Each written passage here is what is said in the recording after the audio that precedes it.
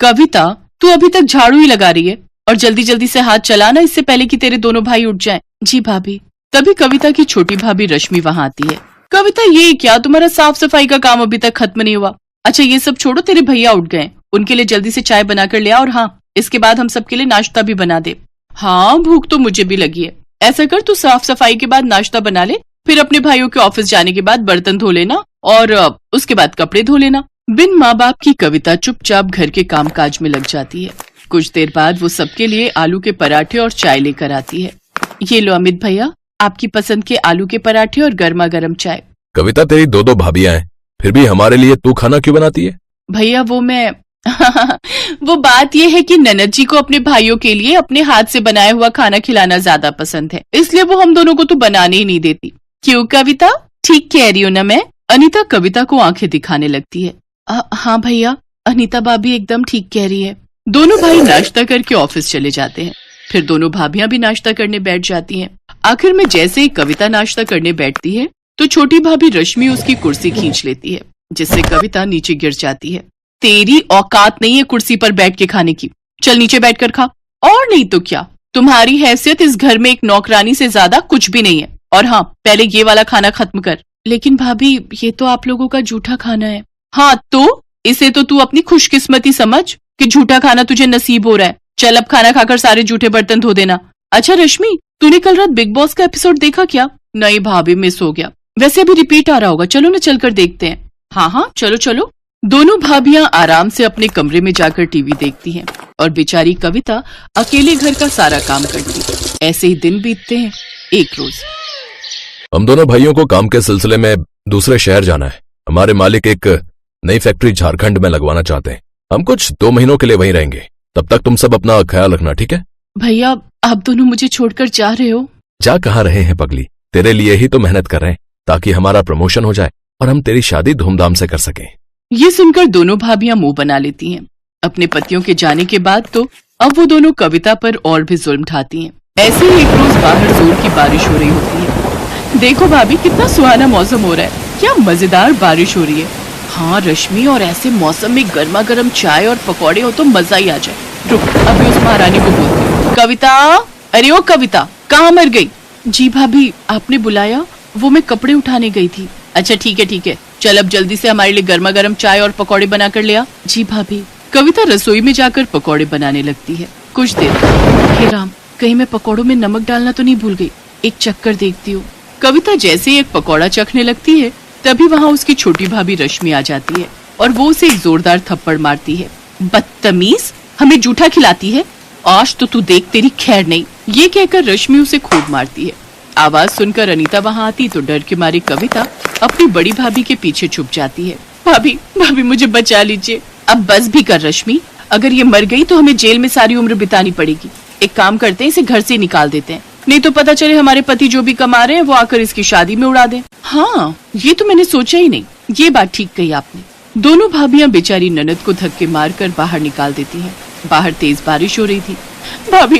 भाभी मुझे घर से मत निकालो, इस बारिश में आखिर मैं कहाँ जाऊंगी? लेकिन वो उसकी एक नहीं सुनती और उसे घर से निकाल देती है। कविता बारिश में बचते हुए एक पेड़ के नीचे खड़ी हो जाती है और सारी रात उसी पेड़ के नीचे बैठकर रोती रहती है। ऐसे ही अगली सुबह हो जाती है। कविता को भूख लगने लग जाती है। बहुत भूख लगी है, ये सोचकर कविता कुछ खाने के लिए ढूंढते हुए सड़क की ओर आती है। ठेलों पर जाकर कुछ न कुछ मांगती है, लेकिन कोई भी उसकी मदद नहीं करता। कुछ देर बाद वो एक बूढ़े बाबा के ठेले पर पहुंचती है जो कि पकौड़े बनाकर बेच रहा था। वो उसके सामने रोते हुए कहती है, बाबा मैं कल से भूखी हूँ, मुझे बहुत भूख लगी है, मुझे ये थोड़े से पकौड़े दे दो, लेकिन मेरे पास पैसे नहीं है। उस बूढ़े व्यक्ति को कविता पर तरस आ जाता है और वो कुछ प्याज के पकौड़े चटनी के साथ उसे खाने को दे देता है। कविता को उन पकौड़ों को देखकर वो बात याद आ जाती है कि कैसे एक पकौड़े के पीछे उसकी भाभी ने उसे घर से निकाल दिया। क्या हुआ बेटी, तुम रो क्यों रही हो? अभी तो कह रही थी कि बहुत भूख लगी है। कविता रोते हुए उसे सारी बात बताती है। बेटी, तुम जवान लड़की अकेले कहाँ भटकोगी सड़कों पर? इससे तो बेहतर होगा तुम इस गरीब की झोपड़ी में चलकर रहो, मेरी बेटी बनकर। ऐसे कुछ दिन बीत जाते हैं। अब कविता उस बूढ़े बाबा के घर पर रहकर उसके खाने का ध्यान रखती, लेकिन एक रोज बूढ़े बाबा की तबीयत खराब रहने लगी। इसलिए अब उनकी जगह कविता उनके पकौड़ों का ठेला संभालने लगी। अब कविता उस ठेले पर प्याज के साथ मिर्च, आलू, पालक और गोभी के पकौड़े भी बनाकर बेचने लगी, जिससे उसके ठेले पर ग्राहकों की भीड़ काफी बढ़ गई। गर्मा गर्म पकौड़े खाने के लिए अब उसके पास लोगों की लाइन लगना शुरू हो जाती है। आइए आइए, गर्मा गर्म प्याज, आलू, पालक और मिर्च के पकौड़े खाइए। तभी मौसम सुहाना हो जाता है और इस सुहाने मौसम में भला कौन इतनी वैरायटी के पकौड़े नहीं खाना चाहेगा। अरे ओ पकौड़े वाली, बनाना तो 20 रुपए के प्याज के पकौड़े। हाँ, और मेरे लिए मिर्च के पकौड़े हैं। इस तरह उसके पास ग्राहकों की भीड़ लगना शुरू हो जाती है और जो भी उसके पकौड़े एक बार खाता वो बार बार जरूर खाता। भगवान की दया से मेरे बनाए हुए पकौड़े सब ग्राहकों को बहुत पसंद आ रहे हैं। अगर मेरा ये काम ऐसे ही चलता रहा तो बहुत जल्द मैं एक नया पक्का घर बनवा लूंगी। ये सब सोचकर कविता बहुत खुश थी। अगले दिन वो फिर अपना ठेला वहाँ लगाती है, लेकिन एक रोज तेज तूफान के आने के कारण उसके ठेले की छत उड़ जाती है और बारिश के कारण उसके सारे पकौड़े उसमें खराब हो जाते हैं। सब खत्म हो गया। इस बारिश ने सब खराब कर दिया। इस बारिश ने एक तरफ जहाँ कविता को रोजी रोटी कमाने से भी वंचित कर दिया था, तो वहीं दूसरी ओर उसकी दोनों भाभियां आराम से अपने लिए पिज्जा और पॉपकॉर्न ऑर्डर करके मजे से इस बारिश का लुत्फ उठा रही थी। वाह वाह, क्या स्वाद है इस पिज्जा का, और इस पॉपकॉर्न के तो क्या ही कहने। उधर रोती हुई कविता अपनी झोपड़ी में आती है, जहाँ सारी झोपड़ी में पानी आ गया होता है। अब पूरे घर में तो बारिश का पानी भर गया है। बाबा, मैं अभी ये सारा पानी उठाकर बाहर फेंक देती हूँ। कविता अपनी बदकिस्मती पर रोते हुए उस पानी को उठाकर बाहर की ओर फेंकने लगती है। कुछ देर बाद वो उस बूढ़े बाबा की ओर देखती है। नहीं, मैं इतनी जल्दी हार नहीं मान सकती। बारिश में तो लोग पकौड़ों के दीवाने होते हैं। ये बरसात का मौसम तो सबसे अच्छा मौसम है कमाई करने का, लेकिन मैं इसके पकौड़ों के साथ चाय बनाकर भी बेचूं तो मेरे पास कुछ पैसे रखे हैं, उससे फिर से शुरू करती हूँ। कविता ने हिम्मत नहीं हारी और उसने अपने ठेले की मरम्मत करवाई और एक बड़े से तिरपाल के नीचे चाय पकौड़े बेचने लगी। बारिश में लोग उसके तिरपाल के नीचे आकर चाय पकौड़े खाने लगते हैं, जिससे उसकी बिक्री अब पहले से भी ज्यादा होती है। ऐसे ही कुछ दिन बीत जाते हैं। अब कविता दिन भर में 3000 रुपए कमाने लगी। एक रोज अमित और सुधीर कार से जा रहे थे, तभी उस ठेले पर उनकी नजर गई। अरे, ये तो अपनी बहन कविता है, लेकिन ये यहाँ फुटपाथ पर ये चाय पकौड़े क्यों बेच रही है? वो दोनों कविता के पास जाते हैं। अपने भाइयों को देख कविता फूट फूट कर रोती है। भैया, आप मुझे छोड़कर क्यों चले गए थे? देखो आपके बिना मेरी हालत कैसी हो गई है। लेकिन बहन, तुम्हारी ये हालत कैसे हुई? इसके बाद कविता सारी बात अपने दोनों भाइयों को बताती है। अमित और धीरज गुस्से में घर आते हैं। अनीता, अनीता, कहाँ हो तुम? लौट आए आप लोग? आप रुको, मैं अभी पानी लाती हूँ। लेकिन तुम क्यों लाओगी? वो कविता कहाँ है? उससे कहो। अब हम आपको क्या ही बताएं, उसने तो हमारी नाक ही कटवा दी। वो तो किसी लड़के के साथ भाग गई है। ये सुनते ही अमित ने अनीता को जोरदार थप्पड़ मारा। शर्म नहीं आती झूठ बोलते हुए? हैं? दो भाइयों के होते हुए भी आज हमारी बहन को न जाने कैसे कैसे अपना पेट पालना पड़ रहा है, हैं?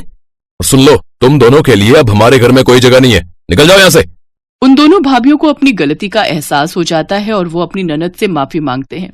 इसके बाद कविता अपनी दोनों भाभियों को माफ कर देती है, जिसके बाद वो उस बूढ़े काका को भी अपने घर ले आती है। अब वो अपने पकौड़े के बिजनेस को और भी आगे बढ़ाती है। एक बड़ा सा रेस्टोरेंट खोलकर उसमें पकौड़े बेचकर खूब कमाई करती है।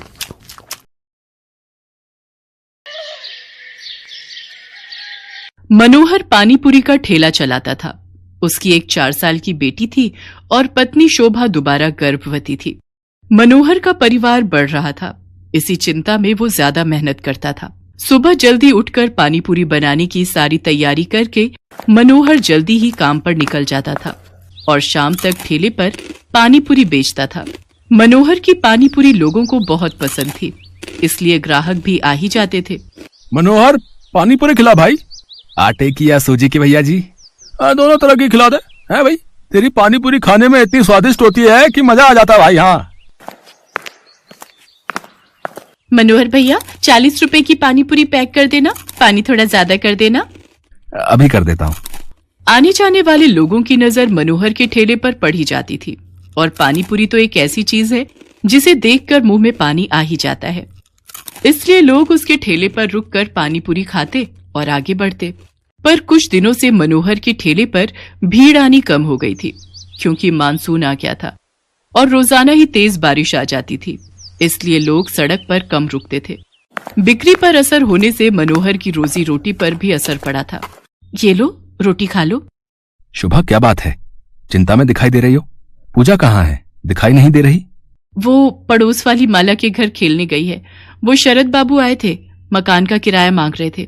बोल रहे थे 15 दिन ऊपर हो गए हैं, उन्हें अगले हफ्ते तक किराया चाहिए, नहीं तो हमें ये घर खाली करना पड़ेगा। उन्हें हमसे ज्यादा किराया देने वाले किराएदार मिल रहे हैं।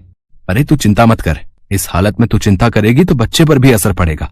मैं शरद जी को कल बोल दूंगा, वो मुझे कुछ दिन की मोहलत और दे देंगे। मनोहर शोभा को तसल्ली दे देता है, पर वो खुद ही बहुत परेशान था, क्योंकि उसी शाम जब वो काम से लौट रहा था तो लोगों में बारिश और तूफान को लेकर चर्चा बनी हुई थी।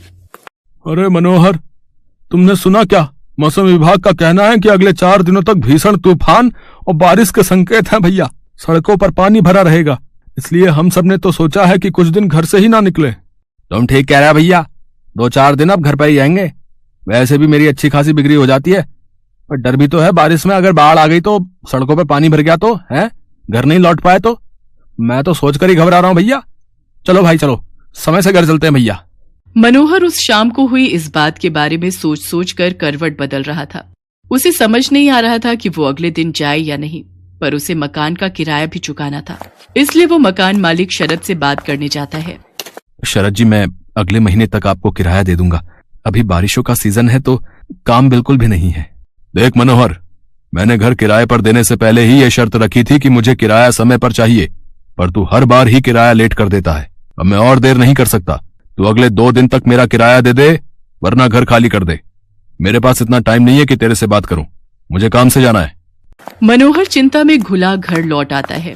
उसके पास कोई और चारा नहीं था, इसलिए वो अगले दिन फिर से पानी पूरी का ठेला लेकर काम पर जाने लगता है। पड़ोस की सुनीता भाभी कह रही थी कि अगले 2 दिनों तक बहुत बारिश होने वाली है, आप 2-3 दिन काम पर ना जाओ तो अच्छा है।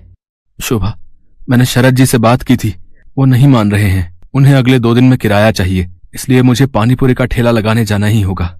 मनोहर घर से निकल पड़ता है। वो ठेला लेकर जब अपनी जगह पर पहुंचा तो उसने देखा आज बहुत कम ठेले वाले खड़े थे। उसे पता था कि सबने पहले ही मना कर दिया था, इसलिए सब 2-3 दिन घर पर ही रहेंगे।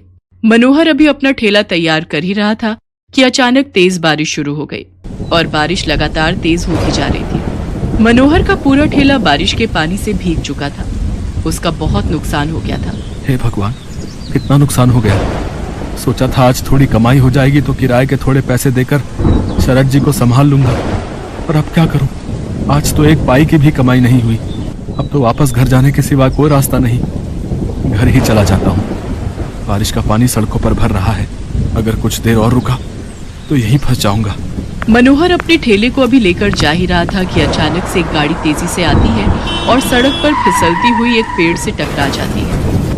अचानक हुए ऐसे हादसे से मनोहर दंग रह जाता है। वो देखता है कि गाड़ी एक महिला चला रही थी और बराबर में उसके एक छोटी बच्ची बैठी हुई थी। महिला की ज्यादा चोट आई थी और वो बेहोश हो गई थी। बच्ची को खरोंचे आई थी और वो दर्द से रो रही थी। मनोहर उनके पास जाता है और रोती हुई बच्ची को गोद में उठा लेता है। लोग उसका साथ देने से मना कर देते हैं। हे भगवान, न जाने ये कौन है। चुप हो जा बेटिया, इसके तो हाथ पर चोट आई है। अगर इन्हें कुछ ही देर में अस्पताल नहीं ले गया तो अनर्थ हो जाएगा। ए भैया, जरा ऑटो रोको। ए भैया, आओ भैया, जरा गाड़ी रोको। कोई रोक ही नहीं रहा, कोई भी मदद करने को तैयार नहीं हो रहा है। मैं इन दोनों को इस हालत में यहाँ मरने के लिए नहीं छोड़ सकता। मेरी आत्मा इसके लिए कभी हाँ नहीं कहेगी। अब मैं क्या करूं? अब तो एक ही रास्ता बचा है। मनोहर को कुछ समझ नहीं आ रहा था। उस महिला की हालत गंभीर होती जा रही थी, उसके खून बह रहा था। मनोहर जल्दी से अपने ठेले का सामान उतारता है और बड़ी मुश्किल से उस औरत को अपने ठेले पर लिटाता है और बच्ची को भी साथ में ठेले पर बिठाकर बारिश में भीगता हुआ बड़ी मुश्किल से एक अस्पताल में पहुंचता है। उसे इस हालत में देखकर अस्पताल के डॉक्टर और नर्स जल्दी से उस महिला को एडमिट करते हैं। मनोहर उस रोती हुई बच्ची को संभाल रहा था। बच्ची के हाथ में चोट थी। मनोहर ने अपने मोबाइल से अपनी पत्नी शोभा को भी फोन कर दिया था ताकि वो परेशान ना हो। कुछ घंटों बाद महिला को होश आता है। वो अपने पति को फोन मिलाती है। कुछ देर बाद उसका पति हॉस्पिटल पहुंचता है और अपनी पत्नी और बच्चे की हालत देखकर घबरा जाता है। डॉक्टर, सुषमा कैसी है? ये सब क्या हो गया? सुषमा, मुझे तो लगा था तुम अपनी मम्मी के घर पहुंच चुकी होगी। रोहित, मैं घर से निकली थी तो बारिश नहीं थी। मैंने सोचा आराम से पहुंच जाऊंगी, पर अचानक पता नहीं क्या हुआ, मैं गाड़ी संभाल नहीं पाई। कीचड़ में वो फिसलती चली गई और उसके बाद तो मुझे होश ही नहीं था।